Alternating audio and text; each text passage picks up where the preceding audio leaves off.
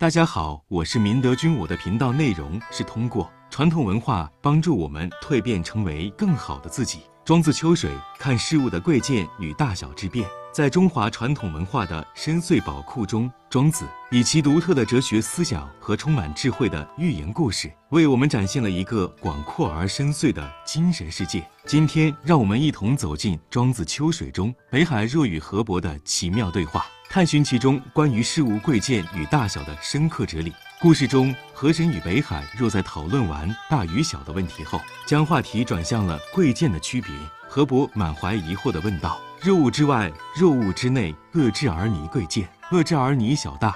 意思是如何从事物的外表或者内在来区分它们的贵贱，区别它们的大小呢？北海若给出了发人深省的回答：以道观之物无贵贱，以物观之自贵而相见，以俗观之贵贱不在己。从道的宏大视角来看，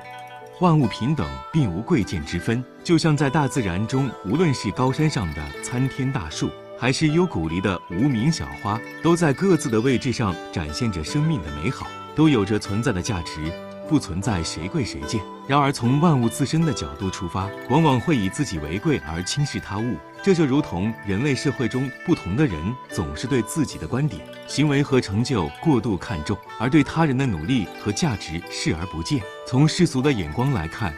贵贱似乎是由外界赋予的，而非事物本身所固有。一件奢侈品因其高昂的价格和品牌效应，在世俗观念中被视为高贵之物，而一件普通的日用品，尽管它对人们的生活同样不可或缺，却被认为是低贱的。但实际上，它们的本质都是满足人们某种需求的物品，其贵贱之分只是人们主观赋予的。接着，北海若从多个角度进一步阐述了事物的相对性。从事物的差别来看，顺着物体大的一面去观察，便会认为物体是大的；顺着物体小的一面去观察，便会认为物体是小的。天地虽广袤无垠，但在浩瀚宇宙中也不过如小小的米粒。毫毛之末虽微小至极，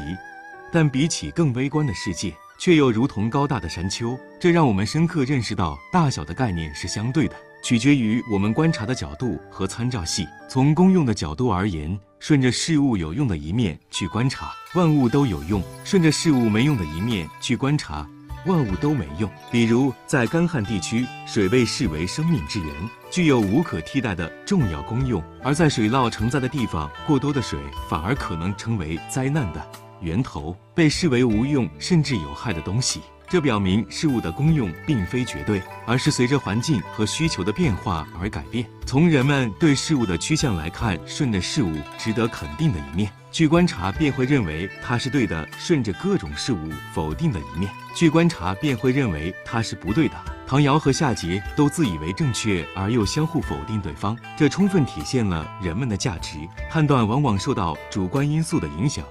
缺乏客观的标准。庄子的这些观点与我们所学的辩证法不谋而合。万事万物都处于不断变化和发展之中，没有固定不变的位置和属性，一切大小长短、妖兽、对错都是相对而言的。然而，世人常常陷入主观唯心的误区，导致错误的认知。如果我们只从自己认为对的或有用的一面去看待事物，就会将这种优势无限放大，从而忽视其潜在的问题。就像乱扔垃圾，若只从省时省力的角度去看，似乎有一定好处，但从长远和整体来看，它对环境造成的破坏是巨大的。同样，若只从否定无用的方面去看待事物，万事万物都会变得消极。比如，学习虽然辛苦，会减少娱乐时间，但它能提升我们的知识和能力，为未来的发展打下坚实的基础。如果只看到学习的苦，而忽视其长远价值，就会错失成长的机会。北海若想要传达给我们的是要有客观审视的眼光，避免被主观情绪左右。这让我们不禁想起塞翁失马的故事。塞翁得到马时，没有被喜悦冲昏头脑，而是理性的看待，认为福祸相依。果然，他的儿子因骑马摔断了腿，而后来胡人入侵，儿子又因伤残免服兵役，得以保全性命。这个故事生动地诠释了祸与福相互依存、相互转化的关系，也提醒我们在生活中要以全面、客观的态度看待事物。在现实生活中，我们也常常会遇到类似的情况。就拿职业选择来说，很多人在选择职业时，往往只看到某个职业的表面优势，如高薪稳定等，而忽视了自身的兴趣和能力是否与之匹配。比如，一些人盲目追求热门的金融行业，认为从事金融工作就能获得高收入和社会地位，但如果自己对数字不敏感，缺乏金融知识和分析能力，即使进入这个行业，也很难取得好的发展，甚至可能会感到痛苦和压抑。相反，如果能够客观地认识自己的优势和劣势，选择适合自己的职业，就能充分发挥自己的潜力，实现自身价值。在看企业管理方面，一个优秀的领导者应该明白尺有所短、寸有所长的道理，做到人尽其才，物尽其用。管理学上有句名言，垃圾是放错了位置的资源。汽车大王帕尔柏的经历就是一个很好的例证。他在开辟汽车代理业务时，聘请了一位汽车制造专家负责营销，结果公司亏损严重。因为这位专家虽然精通汽车制造，但对营销一窍不通。后来帕尔柏聘请了一位懂销售、善经营的人，公司业绩便蒸蒸日上。这充分说明，只有让适合的人做适合的事，才能发挥最大的效能。在企业中，每个员工都有自己的特长和优势，领导者要善于发现并合理利用这些优势，实现能岗匹配，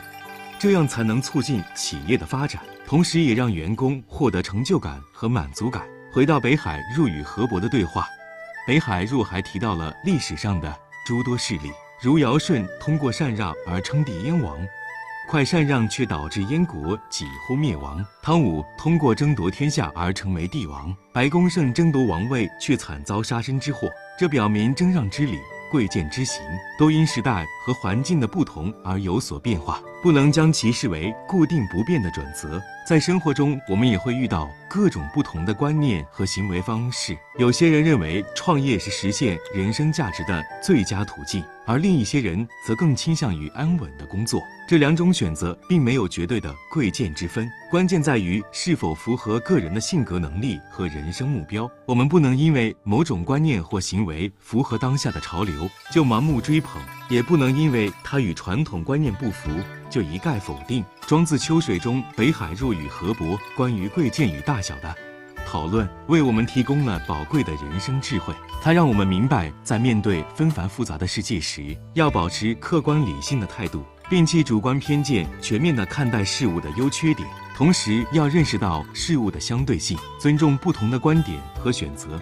做到因材施教，人尽其才。只有这样，我们才能在人生的道路上做出正确的判断和选择，实现自己的人生价值，也让我们所处的社会更加和谐美好。请您继续关注我的其他内容，从而蜕变成更好的自己。